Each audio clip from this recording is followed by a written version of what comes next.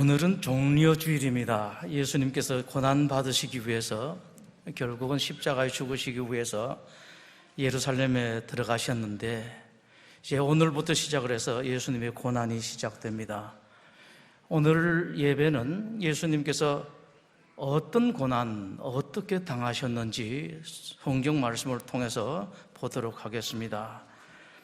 먼저는 마태복음 26장 36절에서 56절의 말씀을 교독하실 텐데, 교독 인도자는 유치부의 김지민 어린이입니다. 함께 교독하겠습니다. 예수님께서 참 고통스러워하시죠. 참 고뇌를 하십니다. 인간 예수님이신 것을 우리가 알 수가 있습니다. 그러나 하나님으로부터 아주 특별한 사명을 직접 받으신 예수님이십니다. 그런 예수님께서 이토록 고통스러워하시고 고뇌하셨던 것은 그만큼 십자가 길이 힘들고 어렵고 고통스럽기 때문입니다. 예수님은 얼마든지 십자가를 피할 수가 있었습니다. 그러나 받으신 사명이 너무 크고 너무 밝고 너무 환해서 너무 중대하기 때문에 주님의 결론은 분명했습니다. 내가 꼭 마셔야 되는 잔이라면 아버지 원대로 하시옵소서. 예수님께서 그렇게 결론을 내리셨죠. 여기서 오늘날 살아가는 우리, 예수님의 뒤를 따라가는 우리 기독교인들의 길도 분명해집니다. 우리가 기독교 신앙을 가지고 이 세상 살아갈 때에 자주 우리가 원하는 바가 있습니다. 내가 바라는 바가 있습니다. 우리도 꼭 이건 했으면, 이건 피했으면 하는 것이 있습니다. 그러나 우리는 예수님 따라가기로 작정한 사람들입니다. 오늘 이 말씀을 통해서 다시 한번 여러분들 다짐하시면 좋겠습니다. 나는 그 예수님을 따라가는 사람이다. 내 원대로, 내가 바라는 대로, 내가 하고 싶은 대로가 아니라 하나님께서 바라시는 대로 살아갈 사람들이다 라는 것을 여러분들이 확인하시게 된다면 예수님의 고난은 또 다른 의미를 여러분들에게 주실 수가 있을 것입니다. 예수님께서 마가복음 8장에서 이렇게 말씀을 하셨습니다. 누구든지 나를 따라오려거든 자기를 부인하고 자기 십자가를 지고 나를 따를 것이니라.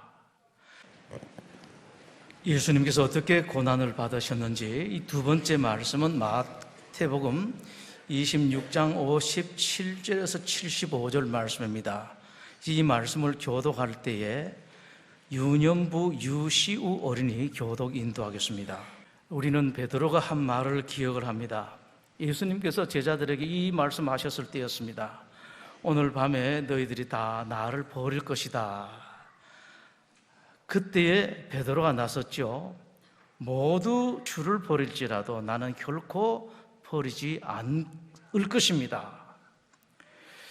그 말할 때에 베드로는 정말 자신이 있었습니다. 자기는 절대 죽어도 예수님을 버리지 않을 것이라고 확신했었습니다.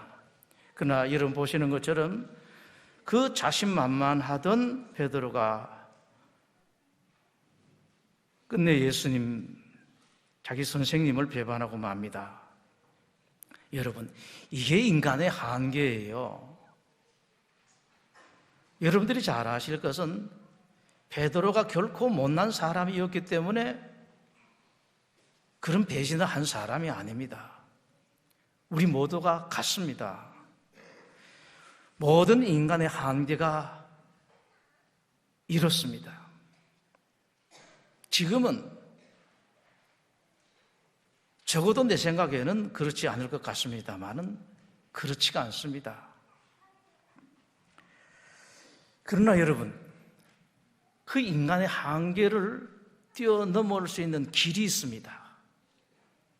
여러분 결심, 결단, 훈련하고 도를 닦고 그것이 아니라 여러분 속에 하나님의 영, 성령님이 들어오시면은 그것을 할 수가 있습니다.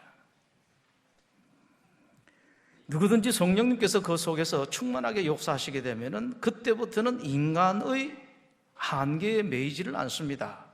인간의 한계를 뛰어넘을 수가 있습니다. 변덕스러운 인간의 아주 초라한 모습을 뛰어넘을 수가 있습니다. 흔들림 없이 충성할 수 있는 길이 있습니다. 성령님께서 오셔야지만 가능하게 돼요. 변함없는 사랑, 변함없는 충성, 아주 멋진 모습. 성령님이 오시면은 이것이 가능합니다. 성령 충만하다라는 것, 이건 여러분들의 행복입니다. 여러분들이 성령님으로 충만하시게 되면은 정말로 행복해집니다. 여러분 그렇게 노력하시고 그렇게 애를 쓰셔도 가능치 않았던 그 행복, 진정한 행복이 성령님 오시게 되게 되면은 가능하고 여러분 정말로 멋진 인생을 살 수가 있습니다. 예수님께서 고난받으신 현장 세 번째 말씀은 마태복음 27장 11절에서 31절입니다. 이제 이 말씀을 교독할 때에 교독 인도 초등부 최힘찬 어린이 인도하겠습니다. 예수님께서 예루살렘에 들어가시던 날 군중들은 예수님을 더할 나위 없이 환영을 했습니다. 환호를 했죠. 마태복음 21장은 그것을 이렇게 기록을 하고 있습니다.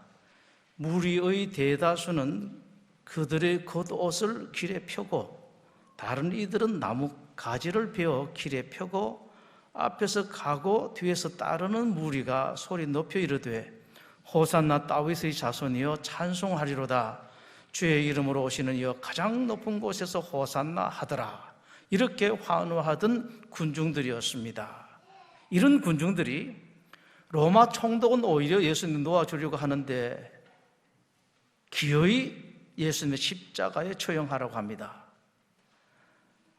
갈대처럼 가벼운 군상을 볼 수가 있습니다.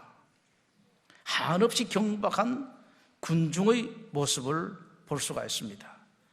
하기야 그럴 수밖에 없겠죠. 제자들 그리고 수제자라고 하는 베드로까지 그랬기 때문에 어쩌면 지극히 당연한 일인지도 모릅니다.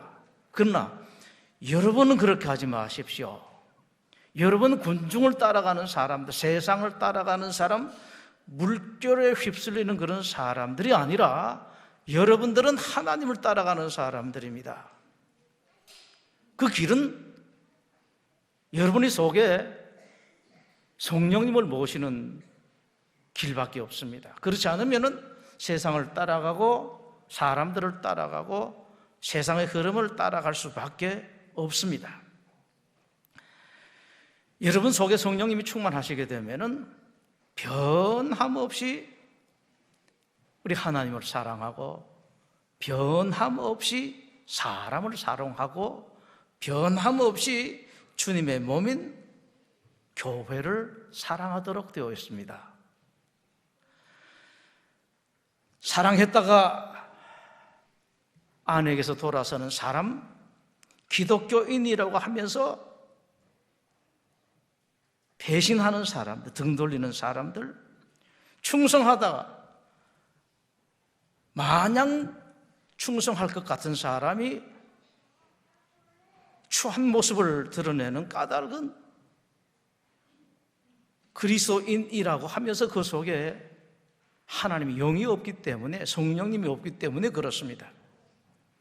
여러분 속에 성령님이 오시고 성령님이 충만하시게 되면은 변함없이 우리 하나님을, 변함없이 주님의 몸인 교회를 사랑하고 하나님께서 여러분들에게 허락하신 사랑하는 남편, 사랑 아내를 변함없이 사랑하는 참으로 멋진 그리스도인이 될 수가 있습니다. 예수님께서 고난받으신 현장 네 번째입니다. 마태복음 27장 32절에서 46절의 말씀을 교독할 때에 소년부 이세린 어린이 교독 인도하겠습니다. 여러분도 이 말씀을 읽으면서 이런 생각을 하실 것입니다. 그리고 그 자리에 있었던 사람들 최소한 몇몇은 아마 이런 생각을 했을 것입니다. 혹시라도 우리 주님께서 십자가를 털치고 내려오실까? 그러나 주님은 이러한 마음대로 외면하시고 끝내 십자가 위에서 숨지고 마십니다. 모든 능력을 가지고 얼마든지 하실 수 있는 주님이 그렇게 그냥 죽어버리고 말았습니다. 그런데 여러분 잘 아십시오. 이게 십자가의 길입니다. 이것이 하나님의 방법입니다. 우리가 생각하듯이 내가 바라고 내가 원하고 나라면 이렇게 하겠다라는 생각과 다른 것이 바로 하나님의 방법이고 그것이 십자가의 길입니다. 예수님께서 마가복음 10장에서 말씀을 하셨습니다. 인자가 온 것은 자기 목숨을 많은 사람의 대성물로 주려 함이니라. 그리고 그 예수님께서 요한복음 11장에서 말씀을 하셨습니다. 내가 진실로 진실로 너에게 이르노니 한 알의 밀이 땅에 떨어져 죽지 아니하면 한 알 그대로 있고 죽으면 많은 열매를 맺느니라. 그래서 이어서 이 말씀을 하셨습니다. 자기 생명을 사랑하는 자는 잃어버릴 것이요 이 세상에서 자기의 생명을 미워하는 자는 영생하도록 보존하리라. 이 말씀 가운데 여러분 생각해 보십시오. 잃어버리는 사람은 어떤 사람이고 영생하도록 보존하는 사람은 어떤 사람들인가? 자기 생명을 사랑하는 자는 잃어버릴 것이고 자기 생명을 미워하는 자는 영생하도록 보존하리라. 이제 우리 신앙 고백을 할 때에 사도들이 고백했던 신앙인 사도신경으로 우리 신앙을 하나님 앞에 고백하겠습니다. 나는 전능하신 아버지 하나님 존재의 창조주를 믿습니다. 나는 그 유일하신 아들 우리 주 예수 그리스도를 믿습니다.